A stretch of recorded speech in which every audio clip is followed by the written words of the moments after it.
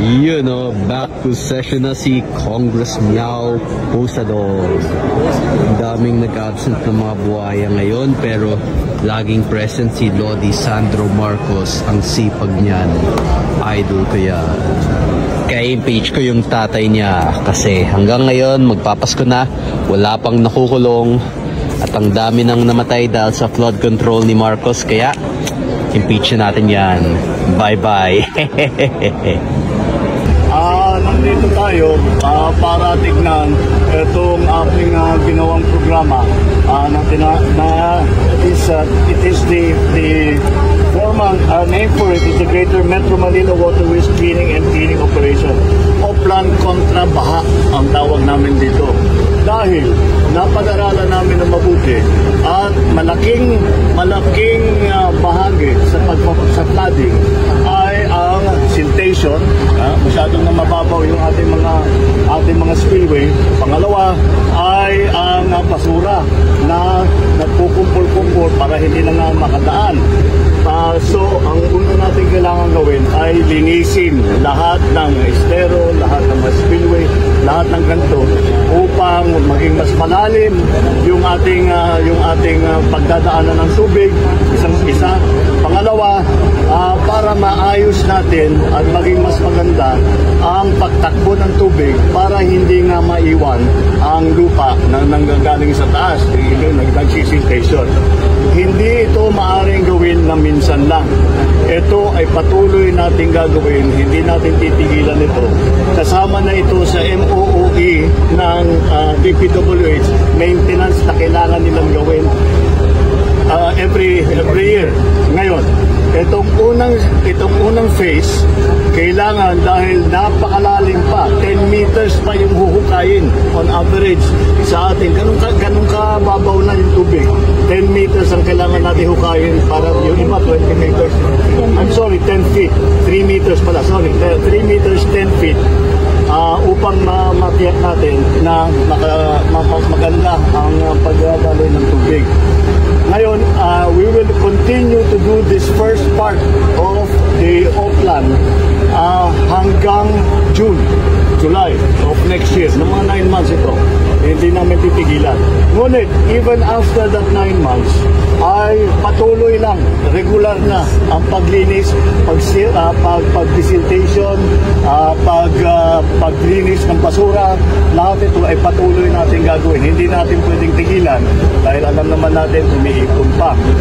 Ang isa pang nakita nating problema ay ang paglagay ng mga pumping station na mali.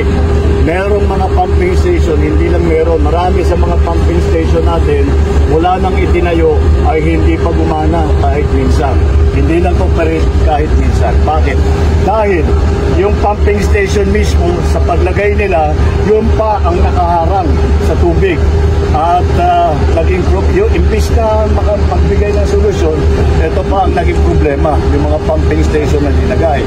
Kaya marami pa tayong kailangan gawin. Ngunit malaking bahagi na sa solusyon ito na paglinis ng basura at paghukay ng ating paghukay sa desiltation para maging malalim ulit. Itong project na ito,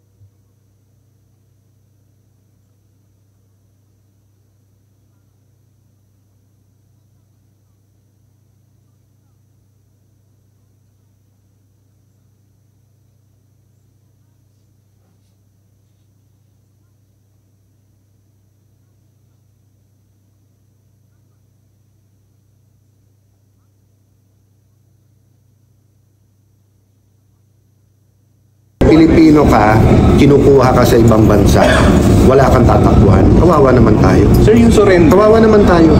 Diba? Tayo na ang pinakakawawa sa buong mundo kung ang Pilipino ay kinukuha at dadalhin abroad at wala kang korteng pupuntahan. Tignan nyo yung history ng Philippine Constitution. Before the 1987 Constitution, kung saan nagagaling ang arrest warrant, an international court is not higher than a local court. In fact, many local sovereign courts are higher than international court. In fact, your local, kailangan payagan yung international. Kaya nga pwede kang umalis sa treaty. We don't have a world government. We have a Philippine government.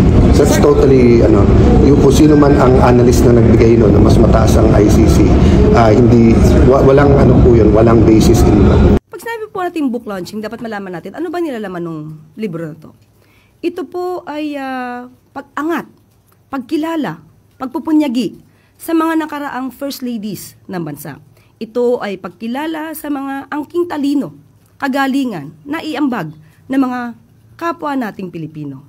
Hindi po ito, ang isang event na to, yung mga events na dinaluhan po ng unang ginang, ay hindi po isang parting pansarili lamang. Hindi po ito pagdalo, pagpunta sa isang resort para mag-swimming. Hindi po ito susuot ng mga costume katulad ng Snow White para mag-party-party. Ito po ay pagkilala mismo sa kapwa nating Pilipino. Habang ang Pangulo naman po at ibang mga cabinet secretaries ay tumutugon sa mga pangangailangan ng ating mga kababayan. Kanya-kanya pong responsibilidad, kanya-kanya pong obligasyon. Kaya po, hindi po dapat mabigyan ng kritisismo kung ano man po ang ginagawa ng unang ginang sa pagtaas at pag-angat sa mga angking talino ng ating mga kababayan. Mas pipiliin po ba nyo na i-criticize ang nag-aangat sa kapwa Pilipino kaysa doon sa mga nagbabakasyon lang at nagsiswimming sa mga resort? We hear it every now and then. It's a common, it's a common kwento, common story. May narinig kayo, latest, may narinig kayo movement itong during the weekend. During the weekend? One or two stories na meron daw lumalakad, meron daw kumakausap, gano'n lang. Ano yun? So, yung stories na galing mismo sa... Ako naman, I leave it to our peers. The Senate President is always, or the Senate President should always leave it to the wisdom and the trust and confidence of his colleagues. So yung narinig nyo, sir, lumalakad, sa senator nyo dun, sir, narinig na may lumalakad sa kanila? No, meron daw. But you're confident po? Oo, because ang kwento nila sa akin kung sino kung ano eh. Ilan ba, sir, yung involved this time? Ay, hindi ko alam.